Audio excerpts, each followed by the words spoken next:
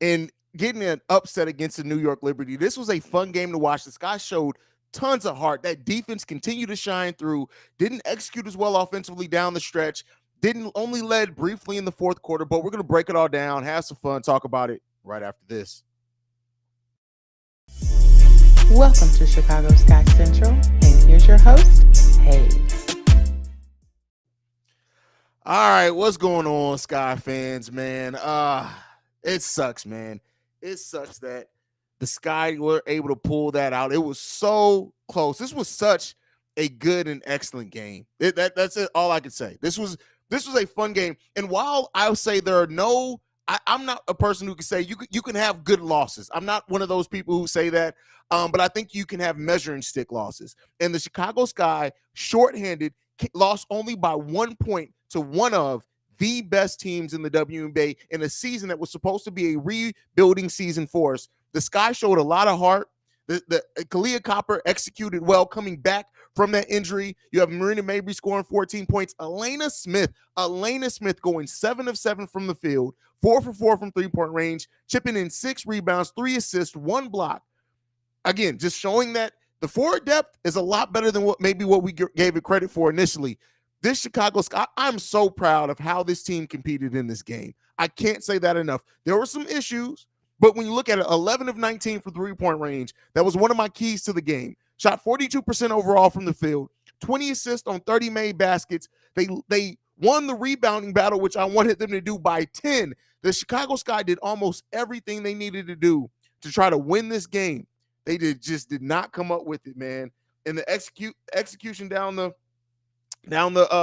stretch of that game, unfortunately, the Sky just gave that game up. This game was really lost in that third quarter as well when you look at being outscored by 5 after you won the prior quarters. But you're not going to win all. But this was such a fun game to watch, and to see Elena Smith and this kind of be her coming out party in a way of just like, hey, no, she is showing why she deserves to be the starter, especially while everyone else is out. And you got to think, we had Rebecca Gardner, we had Morgan Birds. Like, this game may have been different, but we defended Stewie well down the stretch. But hey, that's why Brianna Stewart is the best player in the WNBA. That is why she is who she is. Hitting that shot, hey man, that's your 19 and 11 and 5 from Stewie. It's going to be hard to overcome that. Jonquel Jones continued to just kind of pick her spot. She only played 19 minutes, but scores 10 points in this game. Courtney Vandersloot wins in her first return back to Chicago. Oh man, I would have loved for us to be able to get this game, but overall, the Chicago Sky really came in and performed well in this game. And yeah, I mean, overall, the way that they executed, James Wade coached a pretty solid game on his part as well. Some defensive lapses down the stretch that I would like us to get out of. Again, foul trouble again. We got to get these personal fouls together. Really the only player that was mainly in foul trouble through the stretch was Elena Smith, but she played excellently down the stretch. But 17 personal fouls in this game, allowing the New York Liberty to get to the free throw line 7 times. We also got to the free throw line 7 times, so I guess that balanced out some. But when you look at the stat sheet of this game, if you just look at the raw stats, this was a game that you would have thought that the Chicago Sky won, and we probably should have won this game. Do not get me wrong, but hey, the team with the more talent won this game, right? But it was good to see Kalia Copper and Marina Mabry really getting that scoring rhythm together at some points, even kind of playing the your turn, my turn thing. Courtney Williams with some mistakes down the stretch of this game. Still a cold game from her. She's 3 of 12 from the field. And overall, you still see those growing pains that we're going through offensively, right? We still have a lot of work to do on the offensive side of the ball to become that well-oiled machine. We're really kind of getting by on our raw talent, and we're not at times playing like a team I would like us to see play at down the stretch, where we're not executing team basketball that I would like to see us on the offensive side of the ball. But, you know, those are all kind of nitpicky things. Didn't have a lot of output from the bench today. Only 8 total points from the bench, and 6 of those coming from Dana Evans, 2 coming from Anigwe as she is on her way out on Sunday. I don't know if she'll play. Is the next game Sunday? She probably won't play in the next game. So she's out. Her last game before, she's gone for a little while. Probably won't be back to about mid to late June.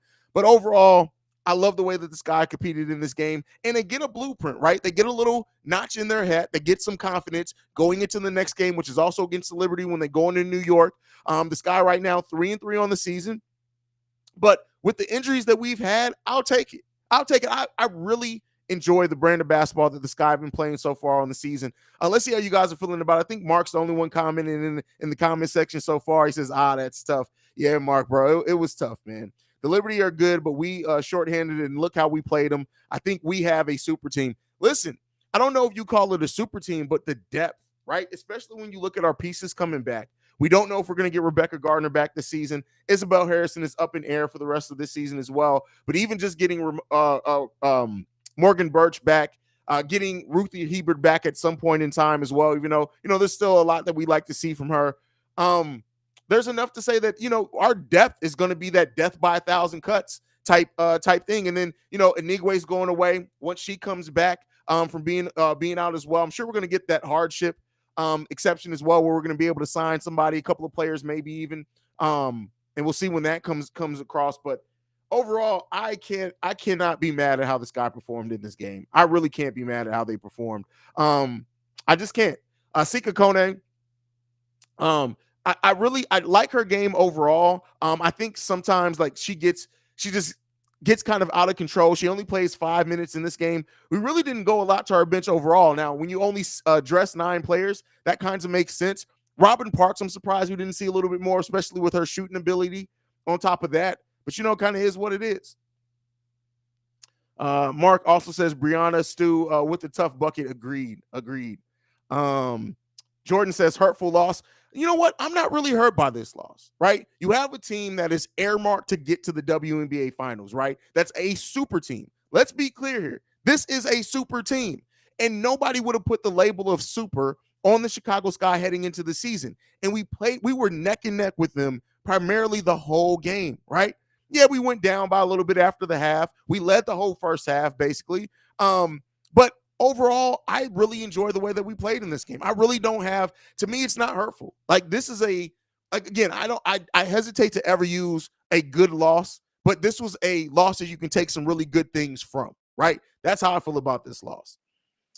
Steve-O says, at least we didn't get killed. Yeah, I mean, listen, and thank God Kalia Copper came back into that game. I texted Steve-O in our group chat. After Kyle went down, I was like, watch Kyle be gone for about a week. She came back out, played primarily the whole second half, and still gave us 20 points per game. I'm glad Kyle is not hurt, man. It's important that we have her, because if she goes down, now that's a player that we can't withstand with our depth. Mark Sender says, we don't got big names, but we got competitors. We got dogs. We got women that bleed what it's like to play for the city of Chicago. Hard hat and lunch pail. Yeah, listen, I've said it before. This Chicago Sky team is the way that we like our teams in Chicago. Compete. They compete every single play. They fight through screens. They're tough. They punch above their weight. They play solid defense. They do the nitty and gritty. To your point, we got dogs on this team. And that is a positive thing that you can just take away from it and just enjoy the fact that we got dogs, and we competed with one of the best teams in the WNBA, neck and neck the whole game, and we definitely could have won that game. The officiating as well keeps being weird when it comes to the Chicago Sky. In my opinion, like some of the foul calls that we get called are really ticky-tacky, but it kind of is what it is there. Jordan Rodriguez says, glad Copper isn't hurt. I agree with you there. Definitely agree with you. Copper isn't hurt. Steve O Speak says, and that's the Kyle we've been missing the last 2 games is back for show. Yeah, and listen, you cannot take away from how when a competitor faces some adversity, they come back out. Kyle's an animal. She's a beast, right?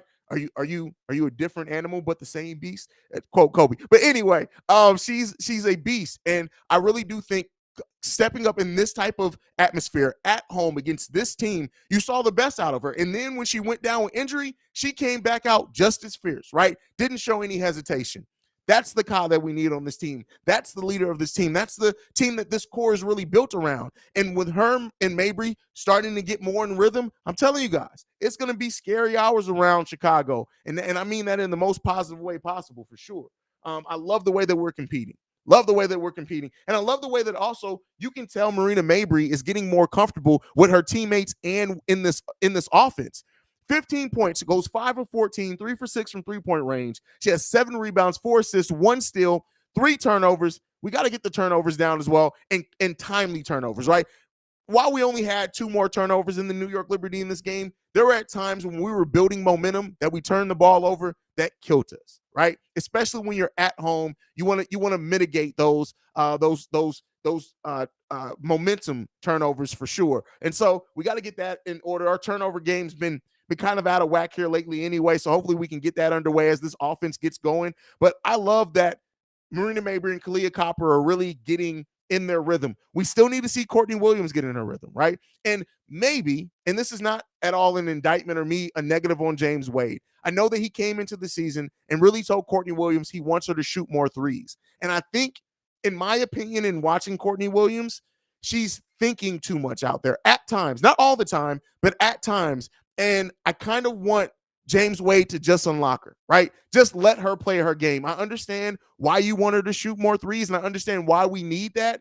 But when you have Elena Smith shooting threes at the rate she does, and Marina Mabry shooting threes, and we know Ka's always a threat to shoot threes as well, let Courtney Williams go to operate in that mid-range. And I tell you what, if we see Courtney Williams go back to being that mid-range assassin, we'll get back to seeing her consistently 12 to 14 points a game. So that's kind of what I'd like to see James Wade do with Courtney Williams to kind of get the best out of her. Like I said, I understand why coming into the season he wanted her to do the things he wanted her to do, but I really do hope that that he notices, like I notice it.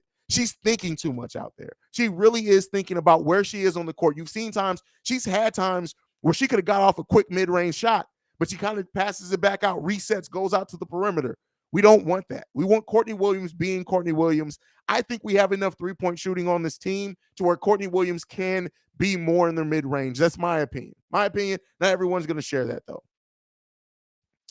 I think it would have a minimum Becca. This would have definitely been a W at minimum Becca. Yeah, I think if we would have had Becca for sure. You look at Rebecca Gardner and how she changes the tone defensively.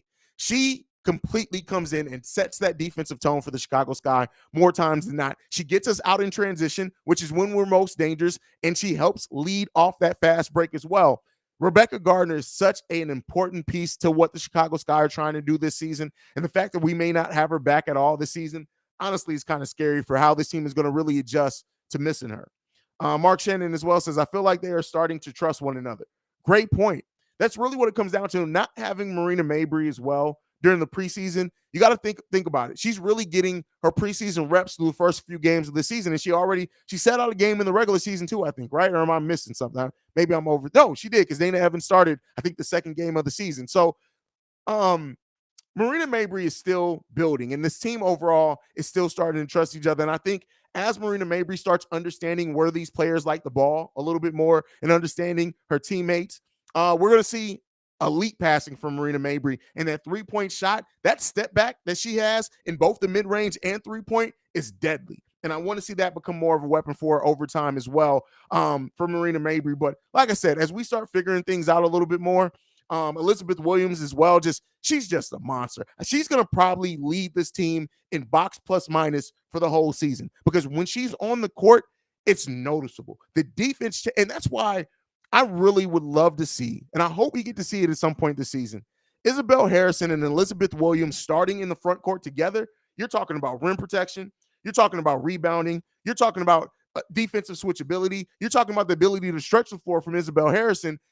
And the fact that that was the vision for this front court, and we're not going to probably get to see it maybe at all this season, knock on wood. But I can't wait to see that and hope that we do, because I think that's going to help settle a lot of things with this team as well when we start getting into things. Mark Shannon says, I know most of Chicago was sad that Sloot moved on, but I think the way Marina shoots the ball and how physical she is more than a good replacement for Sloot. Oh, I agree. Very different type of player, right? Let's be clear. They're a very different type of player. But Marina Mabry is just, the way that she can get off scoring anywhere is dangerous. Her switchability on the defensive side, because she is a big guard on top of that, right? She can switch and guard some fours in this league. And because of that, and her reach, the fact she's only 26 years old, like, we have barely begun to scratch the surface of what Marina Mabry is going to be as a member of the Chicago Sky. And I, for one, am excited to see the potential that she can go to, because I think it's going to be amazing. I think when we look back at it, yeah, we're going to miss Sloot, right? I would never say We're not going to miss Sloot. Let Sloot go. Like, Sloot to me is a Chicago legend when it comes to sports. But we did pretty damn good replacing her on the fly with Marina Mabry, in my opinion. All right, let's see what else we got. We got Thom in the building, says, if Chicago was healthy, we would have gotten the W. Great game, though. I agree with you. Great game to watch. I know that, I try to be realistic, but this did feel like a game that if we were fully healthy, hey, listen, I don't know if I'm surprised to say this, I don't know if the New York Liberty would be prepared for the depth that we have, especially at that forward position. You're talking about the way that Elena Smith played. Of course, she's not going to play and get that many shots if we're fully healthy, but if you're talking about Morgan Birch and what she showed on both sides of the ball, Elena Smith, what she showed, Rebecca Gardner and what we already know that she brings, and Isabel Harrison, listen, those are 4 players that add so much to this team and the way that we want to play basketball that I don't know, man. I think we would have got that. I think we would have got that dub. I think if we was healthy, I believe we would be 5-1. Atlanta just kicked our ass that one game, but the way that this team competes on both ends, she's completely agree with you. Completely agree with you. Listen, I tell you what, I don't know if it's going to happen because I don't know how healthy we're realistically going to be the rest of the season. Rebecca Gardner could be gone the rest of the season. Isabel Harrison, while they're not saying it, could miss the rest of the season. I don't know if we're going to see it, but I tell you what, I believe now in this roster. I had my doubts. I had my doubts about what James Wade rebuilt on the fly and what he gave up from Marina Mabry. But kind of how all those pieces are starting to look like they're going to fit together. Scary hours in Chicago. Sonia says, does WNBA League Pass still air the post-game press conferences? No. So I watch on League Pass. They don't air the post-game press conferences. Once the game is over with, that's it. Now, I don't know if they maybe post it later. I haven't went back and looked. I'm pretty sure they probably do, but at least it's not up right after the game. I need Wade to go ahead and get some bodies in here. Cod needs a reliable backup. That fall scared the crap out of me. Well, I mean, Rebecca Gardner is the person who's supposed to play forward and guard, right? And she would have came in for some. But yeah, I mean, when you look at it, we have a lot of forward depth, and the guard depth is really just Dana Evans and Rebecca Gardner. That's our guard depth, right? And I understand it because when you look at it, Courtney Williams, Kalia Copper, Marina Mabry can all play basically both guard positions. So you have 2 versatile guards coming off the bench theoretically, but now that Rebecca Gardner's down, I really wonder if they're going to consider bringing back Kiana Traylor with one of those hardship contracts.